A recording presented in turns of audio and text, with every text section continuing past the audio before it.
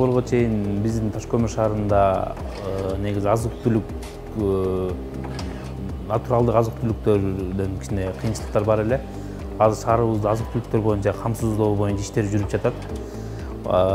Шаарыбызга ошо таза азык сүт азыктарын берүү боюнча азыр жолдор жүрүп, ушу цехтен берилип камсыздалып жатат да. Шаарыбызды жана айлана тегеректеги шаарларды бүт азыр натуралдык азык түлүктөр камсыздоо боюнча иштер цехибизден ошондой азык түлүктөр чыгып жатат. Мындан да жакшыртуу үчүн негизи ушу биздин Кыргызстандын айыл чарба багыты негизи аксап турган убак болгондо байланыштуу сүт табууда кыйынчылыктар маселеси жаралып атат.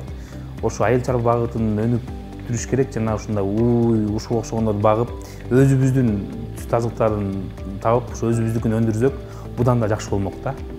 Азырынча биздики цех кичинекей болгон үчүн Борбор Азияга негизи чыга элекпиз, бирок азыр чыгуу жолубуз бар. Эмнеге дегенде бизде бул цехибизди чоңойтуп, келечекте планда ошо уйларды сатып алсак, келечекте планда бизде поезд жол ушундай жолдорубуз бар болгон үчүн, темир жолдорубуз бар болгон үчүн ушулар менен чыгабыз да, буюрса Борбор Азияга чыгабыз деген планыбыз жакшы. Биздин шаар негизи ошого ылайыкташкан шаар, Борбор Азияга чыкканга чоң мүмкүнчүлүгүбүз бар. Эми Кудай буйрса келечекте чыгабыз деген пландарыбыз бар.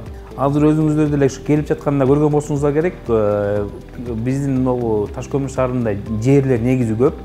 Суубуз дагы бул жерде бар. Ошо сууну гана ушул үстүңкү жана иштетилбей аткан жерлерге сууларды алып чыксак, Кудай буйрса жерлерди да көбөйтүп, мындан да көп айыл чарба багытын өстүрсөк болот да, ушул проекттин негизинде.